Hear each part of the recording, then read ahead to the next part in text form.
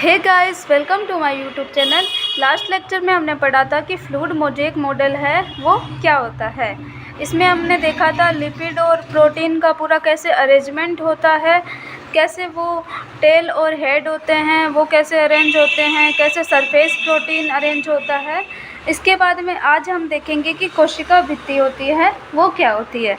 कोशिका भित्ति आपको पता होगा कि जो इंसानों में कोशिका भित्ति प्रेजेंट नहीं होती, मतलब इंसानों की सेल में कोशिका भित्ति प्रेजेंट नहीं होती है, तो किस में प्रेजेंट होगी? ये पौधों में और कवक की जीवद्रव्य झिल्ली के बाहर उपस्थित होती है।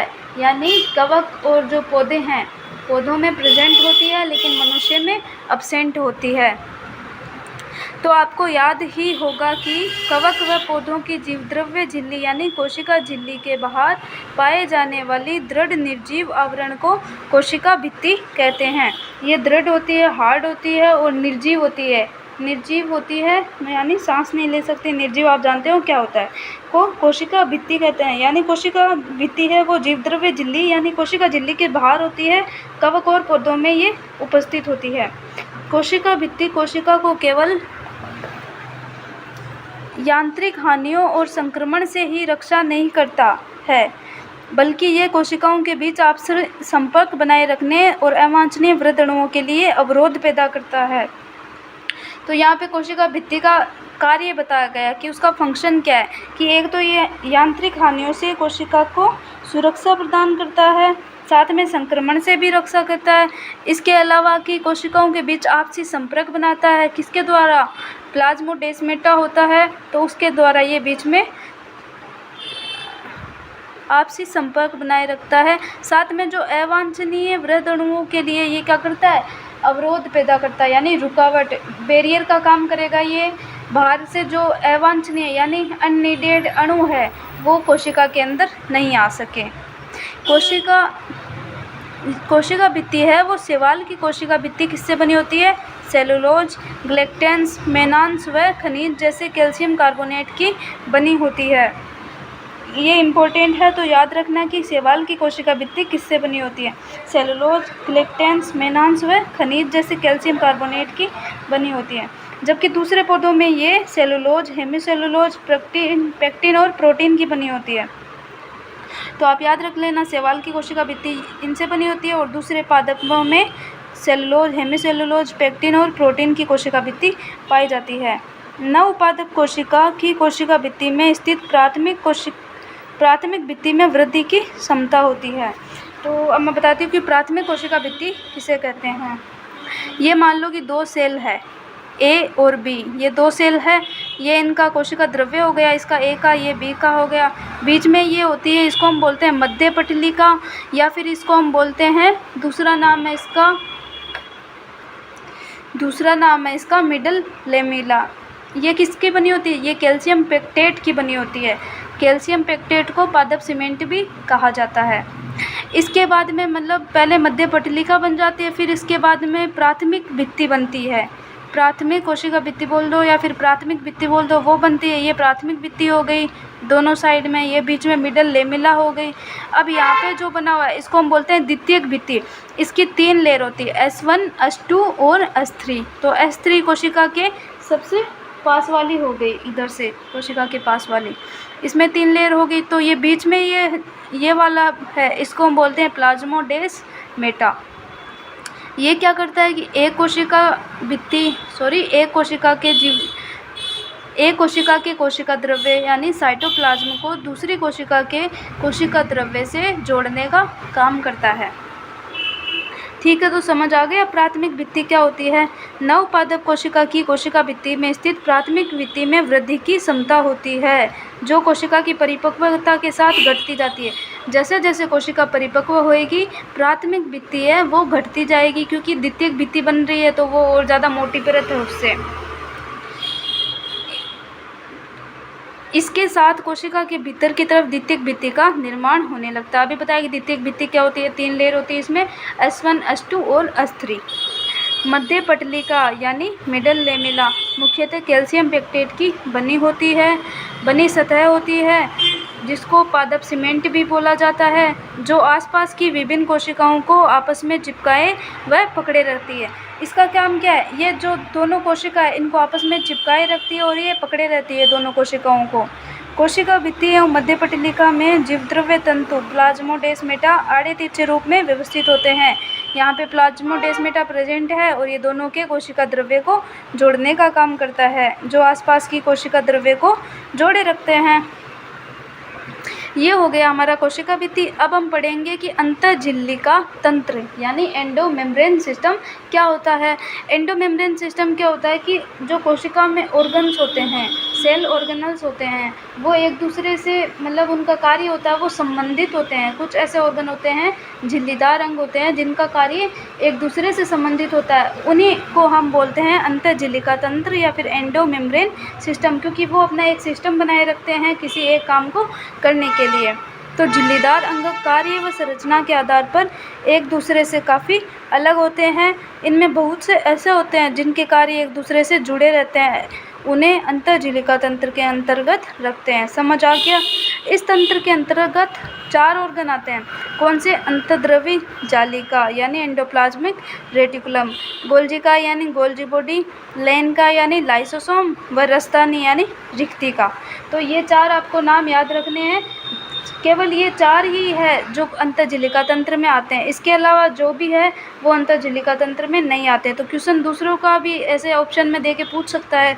तो आगे पढ़ते हैं कि सूत्रकणिका को क्या बोलते हैं? माइटोकॉन्ड्रिया। हरित लवक परऑक्सीसोम के कार्य उपरोक्त अंगों से संबंधित नहीं है, इनसे संबंधित नहीं है, इनका पूरा काम ही अलग है, इसलिए इन्हें अंतःझिल्लिका तंत्र के अंतर्गत नहीं रखते। इनको क्या और भी जो बाकी ऑर्गन होंगे सेल के, उनको हम अंतःझिल्लिका तंत्र में नहीं रखेंगे। केवल ये 4 ही ऑर्गन ऐसे हैं जिनको अंतःझिल्लिका तंत्र में रखा जाता है। तो सबसे पहला हम पढ़ते हैं कि अंतर्द्रव्यी जालिका क्या होती है, यानी इसको हम बोलते हैं शॉर्ट में ER। और एंडोप्लाज्मिक रेटिकुलम क्या होती है। एक चीज़ मैं भूल गई कि आपको वो जो कोशिका भित्ति है उसका डायग्राम दिखा देती हूँ। ये कोशिका भित्ति का डायग्राम बना हुआ है, इससे आपको इजीली समझ आ जाएगा कैसे। ये कोशिका A और ये B, ये इसका कोशिका द्रव्य, ये कोशिका झिल्ली है चारों ओर, ये बीच में क्या हो गई मिडल लेमिला, ये प्राथमिक कोशिका भित्ति और ये यहाँ पे S1 S2 S3 ये द्वितीय कोशिका भित्ति, बीच में प्लाज्मोडेस्माटा दोनों के कोशिका द्रव्य को जोड़ रहा है। ओके, ये डायग्राम बना सकते हो आप, स्क्रीनशॉट ले सकते हो। ठीक है, वापस पढ़ते हैं अंतर्द्रव्य जालिका क्या होती है। कि इलेक्ट्रॉन सूक्ष्मदर्शी से अध्ययन के पश्चात ये पता चला कि यूकेरियोटिक कोशिकाओं के कोशिका द्रव्य में चपटे आपस में जुड़े थैली युक्त छोटी नलिकावत जालिका तंत्र बिखरा रहता है। छोटी थैली युक्त ऐसे नलिकाओं का एक जाल सा बना रहता है जिसको हम बोलते हैं अंतर्द्रव्यी जालिका। केंद्रक से ये मतलब ऐसे पास से जुड़ी होती है और ये मतलब बहुत ऐसे जाल सा नलिकाओं का फैला रहता है, इसको हम बोलते हैं अंतर्द्रव्यी जालिका। ये लो, इसका डायग्राम देख सकते हो आप कि ये यहाँ पे क्या है, ये बीच में केंद्रक, ये केंद्रक छिद्र हो गए और ये यहाँ से अंतर्द्रव्यी जालिका पूरा एकदम इसका जाल बना हुआ है। एंडोप्लाज्मिक रेटिकुलम है ये। प्राय राइबोसोम अंतर्द्रव्यी जालिका के बाहरी सतह पर चिपके रहते हैं। इस डायग्राम से आपको थोड़ा इजी समझ में आ जाएगा। ये केंद्रक है, ये पूरी कोशिका है, ये कोशिका की कोशिका झिल्ली हो गई। केंद्रक के अंदर ये DNA या फिर कुछ भी मान लो इसका आनुवंशिक पदार्थ है। ये केंद्रिका है, केंद्रिका राइबोसोम बनाती है। ये केंद्रक छिद्र है, केंद्रक के जो बीच में ऐसे जगह बनी हुई है इनको हम बोलेंगे केंद्रक छिद्र, न्यूक्लियर पोर। इनसे ये जो राइबोसोम बने हुए हैं ये यहाँ पे जो इसकी बाहर में एंडोप्लाज्मिक रेटिकुलम है इसके सतह पर जाके चिपक जाते हैं। तो ये वाली जो एंडोप्लाज्मिक रेटिकुलम है, जो जाल बना हुआ है नलिका का, उसको हम बोलेंगे खुरदरी एंडोप्लाज्मिक रेटिकुलम या फिर रफ एंडोप्लाज्मिक रेटिकुलम, खुरदरी अंतर्प्रद्रवी जालिका। और जहाँ पे मतलब राइबोसोम प्रेजेंट नहीं है उसको हम बोलेंगे चिकनी अंतर्प्रद्रवी जालिका। तो 2 टाइप की हो गई, किसके अकॉर्डिंग? राइबोसोम की उपस्थिति और अनुपस्थिति के आधार पर 2 टाइप की अंतर्प्रद्रवी जालिका होती है। आ गया समझ में? अब यहाँ पे क्या है कि प्राय राइबोसोम अंतर्द्रव्यी जालिका के बाहरी सतह पर चिपके रहते हैं। राइबोसोम कहाँ चिपके रहते हैं? ये रही अंतर्द्रव्य जालिका, इसके बाहरी सतह पर यहाँ पे ये जो गोल गोल दिख रहे हैं ये यहाँ पे राइबोसोम है, इस पे चिपके रहते हैं, तो इसको बोलेंगे खुरदरी अंतर्द्रव्य जालिका। राइबोसोम क्या करते हैं? प्रोटीन बनाते हैं, तो इसको हम बोलते हैं, राइबोसोम को बोलते हैं प्रोटीन का निर्माण करता है, और ये प्रोटीन फैक्ट्रीज को बोलते हैं। अगर खुरदरी अंतर्द्रव्य जालिका है तो उसका हम बोलते हैं इसका काम क्या है? यहाँ पे राइबोसोम प्रेजेंट हो गए तो प्रोटीन बनाएंगे, तो इसका काम हो गया प्रोटीन का निर्माण करना। जिस अंतर्द्रव्य जालिका के सतह पर राइबोसोम मिलते हैं उसे खुरदरी अंतर्द्रव्य जालिका कहते हैं।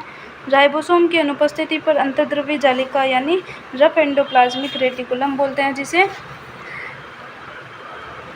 जहाँ पे अनुपस्थित होते हैं वहाँ से वो चिकनी लगती है, अतः इसे चिकनी अंतर्द्रव्य जालिका कहते हैं। तो दो टाइप की हो गई, स्मूथ एंडोप्लाज्मिक रेटिकुलम। डायग्राम में फिर से दिखा देती हूँ मैं। ये वाली रफ है, ये बड़ी है, ये वाली चिकनी है, ये छोटी है। जो कोशिकाएं प्रोटीन संश्लेषण एवं स्रवण में सक्रिय भाग लेती है, यानी प्रोटीन संश्लेषण साथ में सिक्रेशन में भाग लेती है, उनमें खुरदरी अंतर्द्रव्य जालिका बहुतायत से मिलती है। मतलब हम बोल सकते हैं कि जो कोशिकाएं हैं जिनका काम है राइबोसोम वगैरह बनाना, साथ में मतलब राइबोसोम नहीं, जिनका काम है कि प्रोटीन संश्लेषण करना और सिक्रेशन बहुत ज़्यादा होता है, तो हम कह सकते हैं उनमें जो खुरदरी अंतर्द्रव्य जालिका है वो बहुत ज़्यादा मात्रा में मिलेगी। ये काफ़ी फैली हुई होती है, देखा था अभी डायग्राम में, वो बड़ी थी चिकनी की तुलना में। केंद्र के बाह्य झिल्लिका तक फैली रहती है और केंद्र के बाह्य झिल्ली तक वो पूरी फैली रहती है। चिकनी अंतर्द्रव्य जालिका प्राणियों में लिपिड संश्लेषण के लिए मुख्य स्थल होती है। जो स्मूथ एंडोप्लाज्मिक रेटिकुलम, उस पर राइबोसोम तो है नहीं, तो वो क्या करती है, वो वसा लिपिड का इनका संश्लेषण करती है। साथ में स्टेरॉयड हार्मोन है, वो भी वहीं पे उनका संश्लेषण होता है, चिकनी अंतर्द्रव्य जालिका में ही होता है। ये डायग्राम इससे भी आप समझ सकते हो। ये हो गई रफ एंडोप्लाज्मिक, यहाँ पे राइबोसोम प्रेजेंट है, यहाँ पे नहीं है, तो ये होगी स्मूथ एंडोप्लाज्मिक रेटिकुलम। बीच में केंद्रक है, इसमें केंद्रिका होती है, वही राइबोसोम बनाती है, और केंद्रक छिद्र से होकर राइबोसोम ये अंतर्द्रव्य जालिका की झिल्ली पर चिपक जाते हैं। ये नलिकावत थैली जैसी पतली नलिकावत जालिकावत संरचना है जिसको एंडोप्लाज्मिक रेटिकुलम बोला जाता है। अब नेक्स्ट लेक्चर में हम पढ़ेंगे कि गोल्जी बॉडी, गोल्जी उपकरण क्या होता है। अभी आपको बस इतना बता देती हूँ कि गोल्जी उपकरण की या फिर गोल्जी बॉडी की खोज कैमिलो गोल्जी ने 1898 में की थी। Okay guys, if you like my video then do comment, like, share and subscribe my YouTube channel. Thank you.